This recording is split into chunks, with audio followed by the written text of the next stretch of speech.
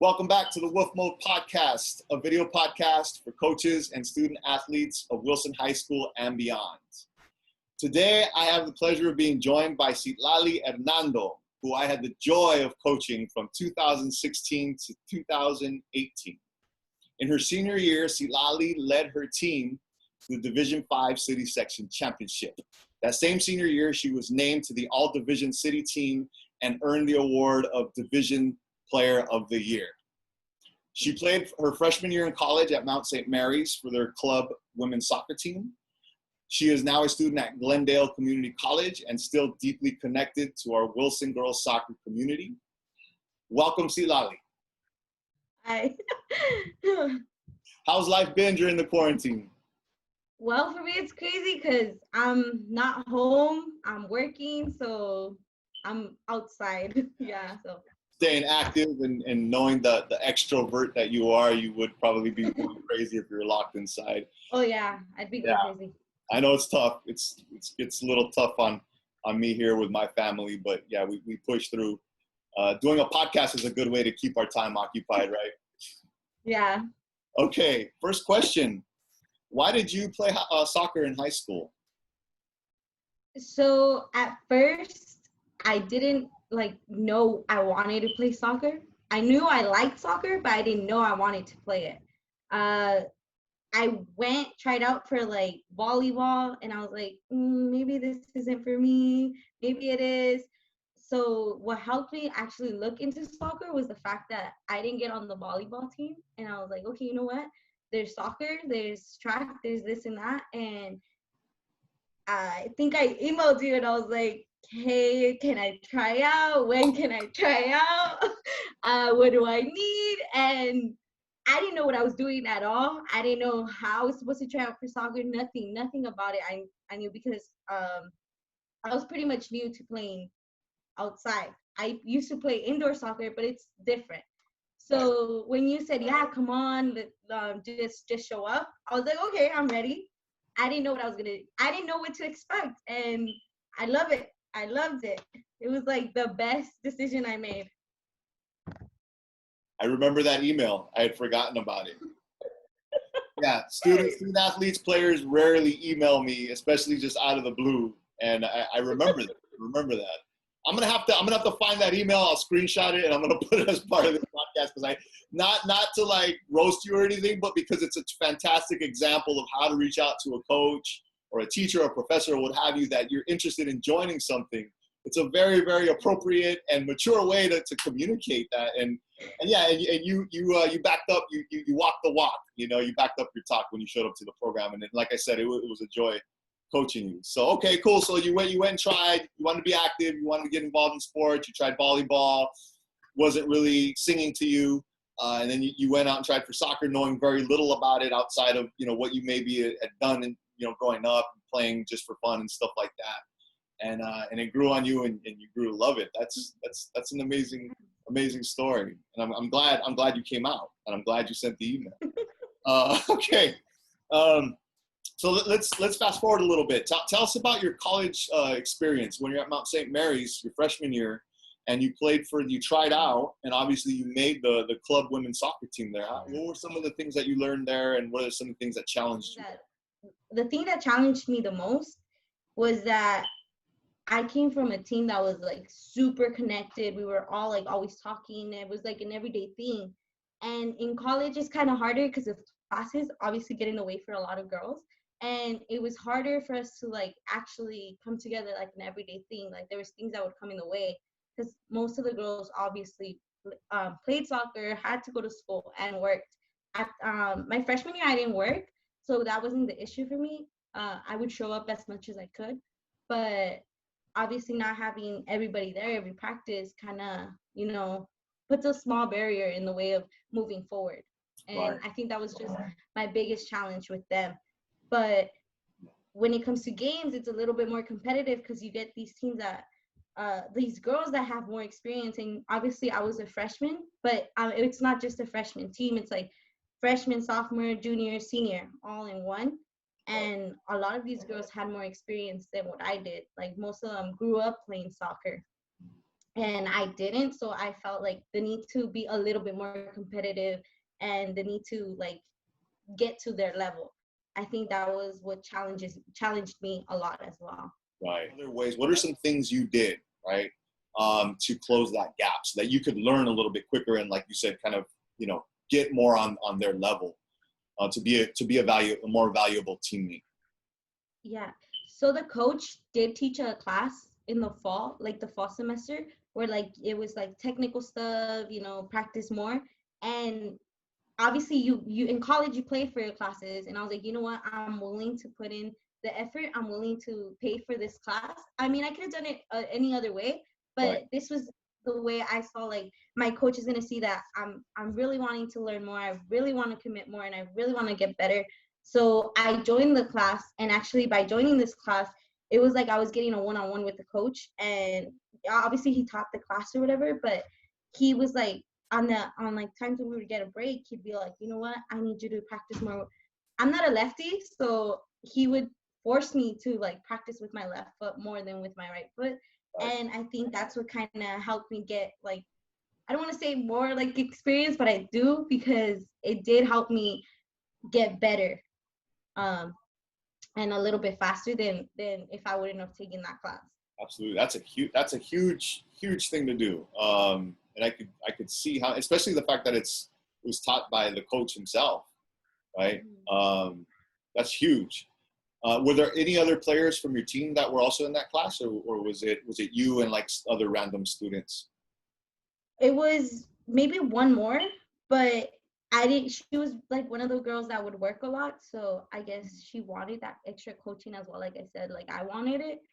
So based off that class, it actually helped my connection with her get better, so that when we were on the field playing, it wasn't like the like, oh, I don't know her, why am I gonna give her hit the ball? It was more like, okay, I've played with her, I kind of have like, where she wants the ball, how she plays, and type of stuff. So it was easier for me to be like, hey, like here's the ball. I knew her name. I didn't just have to be like, hey girl, it was like more like, hey Julie, like here, stuff like that. Yeah, sure. No, that's huge. That's huge, and that goes back to what you're talking about with the connection, right, with the team. So I'm sure it helped build that, even though you noticed that was one of the main differences between your high school team and your college team was the lack of connection, right? Comparatively, competitively, I think I went out to one of your college games. Yeah, you did. That was awesome. I really enjoyed that, but that was a while ago now, so I haven't, but I'm sure that what I'm saying is I'm sure that class really helped you move along in your. Oh no, yeah, it did. And that shows a lot. My next question has to do with your family. How much did they support you, and what were some of the things that they did to show their support through your high school or college playing days? So one of the things that I noticed a lot was a big issue for my mom was the time. So in high school, it's not that bad as it was in college. In high school is what like from 3 to 6 max, and in college is more like it starts at 6 p.m. and it ends around 10, 9. So that was where I saw most of their support. My mom, well, obviously at the time I didn't drive, so my mom would have to pick me up or my dad would have to pick me up. And yeah, there's days where they're like, oh my God, why do you get out so late? Like, I don't want to pick you up at this time. So that was one of the things that me and my parents had to struggle with, the time, because it was either I take the bus home, I take an Uber home, or they would pick me up. But they were actually really, really supportive towards, I want to say my senior year till I played in college, but my junior year was when I struggled the most with them, like support wise. Because they would be like, no, why are you going now? Like, don't go out, like stay home, you shouldn't be out there. And I think one of the biggest challenges I had at home was mostly getting my mom's and my uncle's support, because they would be like, oh, why are you playing soccer? Like soccer is not a girl's sport. And me and my uncle really got into it because he was telling me like, you know what, you tried out for volleyball, why didn't you stick with volleyball? And I was like, oh, like that's something that really like gets under my skin. So I was like, you know what, soccer is for girls, and I'm really good at it, and I want to keep playing, and that's what I'm gonna do. So I think that's when like they'd realize that I was committed to actually playing, and they were like, okay, you know what, we're gonna have to support her. Like, that's it. I mean, yeah, there was times where my mom was like, you're not gonna go to the game, you're not gonna play. But after a while, she was like, you know what, I think I'm just gonna have to let her play. Like, she's gonna keep playing whether I want to or not. So I might as well just let her. Just give in, right? Because Yeah. it's more energy to try to fight you. So, and that's good. I'm sure it was done in a respectful way. And I know that you probably had some tough times, you know, maybe even arguments and stuff like that with your parents. I can imagine.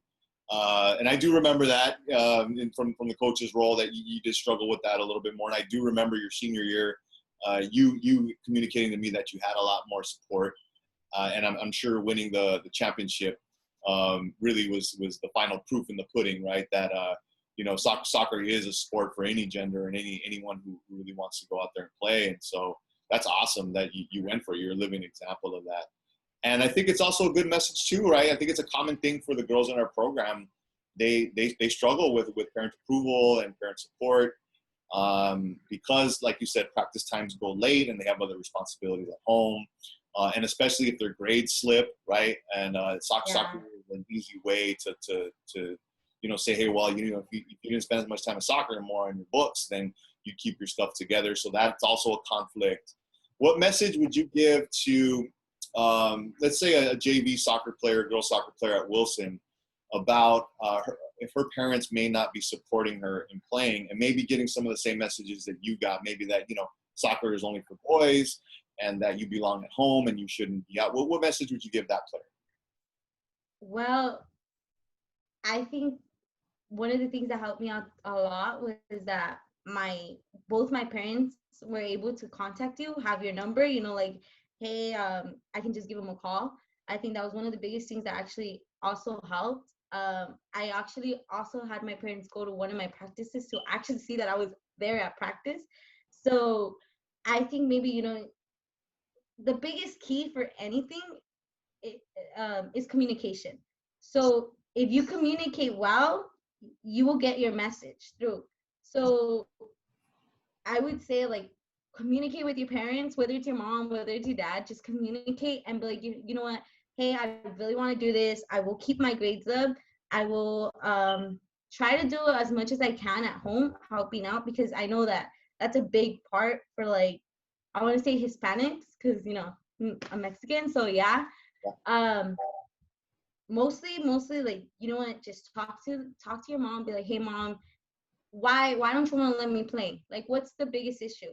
And after that, you figure out what the issue is, maybe try to find a way to solve it, because that's what I did. My parents were kind of like, okay, so if you're playing, like, let's see, I'm gonna go actually see you play. They came to see me play, they talked to you, like I said, and that's what actually convinced them, like, hey, she's actually doing this, like, she's not just doing it to just do it, like, she actually wants to be there. And another thing was, it actually looks really good in college applications. I know I don't like saying this because, like, I like people to play because they like to play, but it does look good on college applications as an extra curricular activity. So actually make that point as well. Like, you know what, like, you'll actually help me. It'll help my application look good. And yeah. Excellent advice. Excellent advice.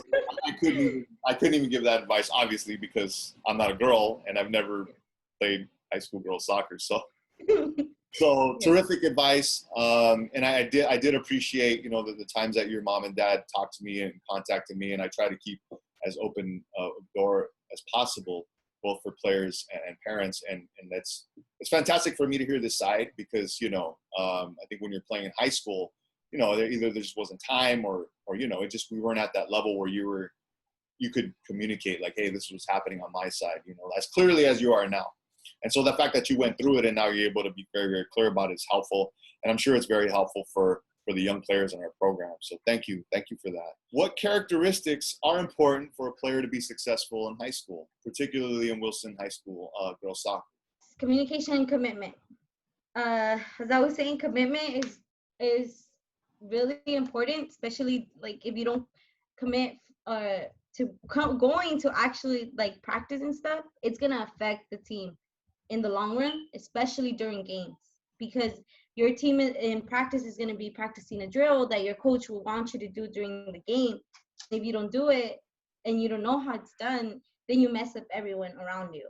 So I think that's one of the biggest issues that I saw um, playing in high school and in college. Yeah, and it becomes an issue when players don't exhibit that characteristic, because then it's not just a problem for the individual player, but like you said, it's a team sport and everyone's depending on everyone, so it affects the whole team. That's really good stuff. So the 2 C's, ladies and gentlemen: communication and commitment. You heard it first. Okay. Playing soccer at Wilson High School, what did you learn about winning and what did you learn about losing? I think another thing that really like sucks in high school is that you don't only have your soccer friends. You obviously, like, I don't know if this is like something you've noticed, but it's something I noticed. The girls tend to be a little bit more competitive when it comes to like the score when talking to the guys. Like when you're talking to the guys soccer team, you're like, oh, like, yeah, we won, what did you guys do? Or like, yeah, we lost and you guys won. You know, it's obviously like that little competitiveness between boys and girls. And I think that sucked a lot for, I guess for me, was always hearing like, hey, you guys are losing, like, what's up, like, when are you guys gonna win and stuff like that. And that's what was pushing me to like, all right, we gotta win, we gotta win, we gotta win. And especially on my senior year when we won championships, I think it really showed me like, hey, you know, people are gonna judge, but it's what you do that matters. So like what you feel that matters. Right. For sure. That's another driving force. And I remember you saying, and I think there's a video of it because we had like all of our games and stuff on our playoff run videotape. I think in one of like the post game little huddles that we did, you said that one of the reasons why you wanted to win the championship or why you wanted to win the semifinal, I can't remember, was so that you could hear the announcements to all the classes in the morning. My God, yes. I think during FAS or whatever, or during breakfast. During breakfast, that that we won and that we didn't get knocked out of the playoffs, and that was key, right? Is to what do you want that scoreboard to read in the end, and what do you want everybody to take from it, and what impressions, and then definitely that's a good driving force. Wilson boys soccer, they had a very successful season this past season. They made it to the finals, the first time in history. It's honestly. It's the best I've ever seen Wilson boys soccer on so many levels, and I've been there. This is going into my 6th season, so that's what it's about, right? It's a larger team, right? So now we're talking about 2 teams, but we become one larger team, and we're pushing and driving each other for those reasons. And that sounds like that was part of what really motivated and drove you. So that's awesome. A lot of good stuff. To share. My final question, and then we're gonna wrap up with a little game. Learn a little bit more about your personality, even though your personality just bubbles naturally. that's who you are. So my final question before we start to wrap up is, so how did winning the championship make you feel? Oh my God. I think that is like one of my biggest accomplishments in high school, like ever. I mean, obviously graduating, but that's big. Yeah. It's graduation and then winning the championship, like right behind it, because it was the moment I realized that like all the hard work of like everyone in the program was really like meant for us to win, because we really worked our butts off, like so much. Like during practice, I remember like you said, I was like, I'm tired of hearing like, hey, they lost. I want to hear like they won. That's what I wanted to hear the most. Like, I guess in a way, like also the recognition from people that like, yeah, the girls won. The girls got their championship. The girls are gonna get their rings. Was the thing that like really like made me feel like, oh my God, like I don't think a feeling compares to how I felt the day that they were like, that the ref was like, okay, game's done, like, and that we won. Because it was a really close game, like, because we were tied until like the end. You're talking about the championship game, right? Yeah, I'm talking about the championship. And I know before when we were in the bus, all of us, we were really quiet. We were like really like in our zones, trying to like I guess like, because me, I was kind of like, okay, it's happening, like we're actually gonna play in the championship, like I gotta calm down. I gotta pump myself up because I gotta give it my all. Like that's what I felt like in the bus ride to Sotomayor where we played the game. And I remember like minutes before we even started, minutes before we even lined up, I was feeling super, super anxious, like super nervous. I was like, it was like, I don't know, like all my emotions were mixed in one. And I was like, I didn't know how to feel. And as soon as the game started, it's like all of it went away. I was like, I know what I'm doing. I've played this before, but I'm gonna give the best performance I can ever give. That's what was on my mind. And when we won, I couldn't believe it. I was in shock. But then like seconds after, I was crying because I was like so happy. I was like, wow, like we really accomplished this. I didn't even think about like the history, nothing. I didn't think about like, oh my God, like it's the first time ever. It was more like it's the first time ever for this team, for my team. So, and even to be captain for that game and for that season, I was just like, there's no words. Like there was no words for me to say like at all. I was just extremely happy. And yeah, I think that game and that memory of like after is one that I'm never gonna forget. Me neither.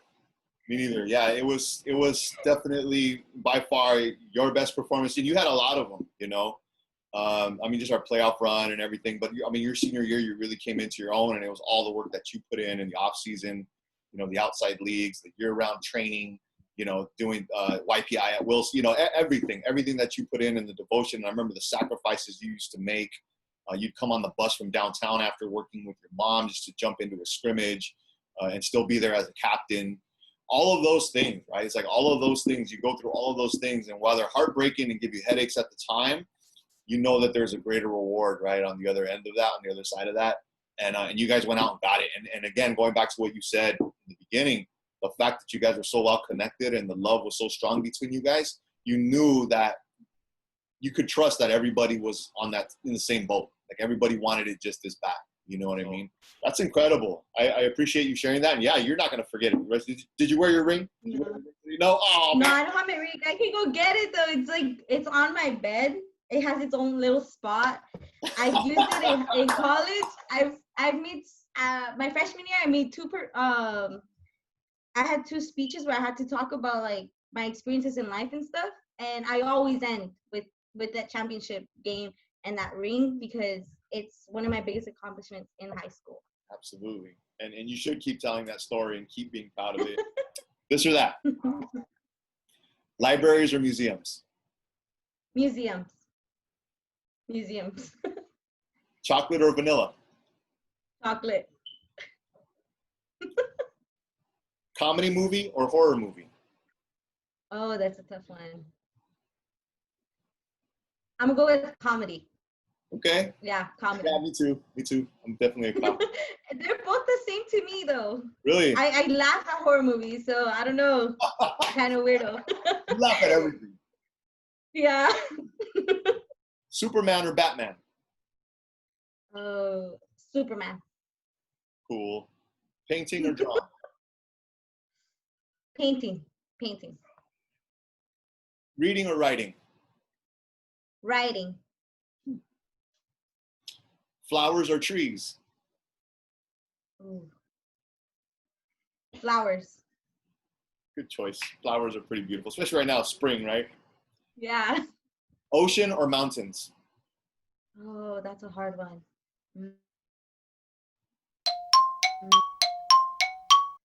I'm gonna go with mountains. Okay, good choice. Yeah, I know. I love both equally. Okay, this is good. 80s music or 90s music? I don't know. I'm not sure. You don't listen to either? It's too old. Not that much. No. I listen more to 90s music. I would say, yeah. 90s is good. Okay, some soccer questions. Practice headers or practice chest trapping? Headers. Blue pre-wrap or pink pre-wrap? Ooh. Pink. Water or Gatorade? Oh my God. Water. I'll go with water. Team USA or Selección Mexicana? Selección Mexicana. Same here. LAFC or Galaxy? Ooh.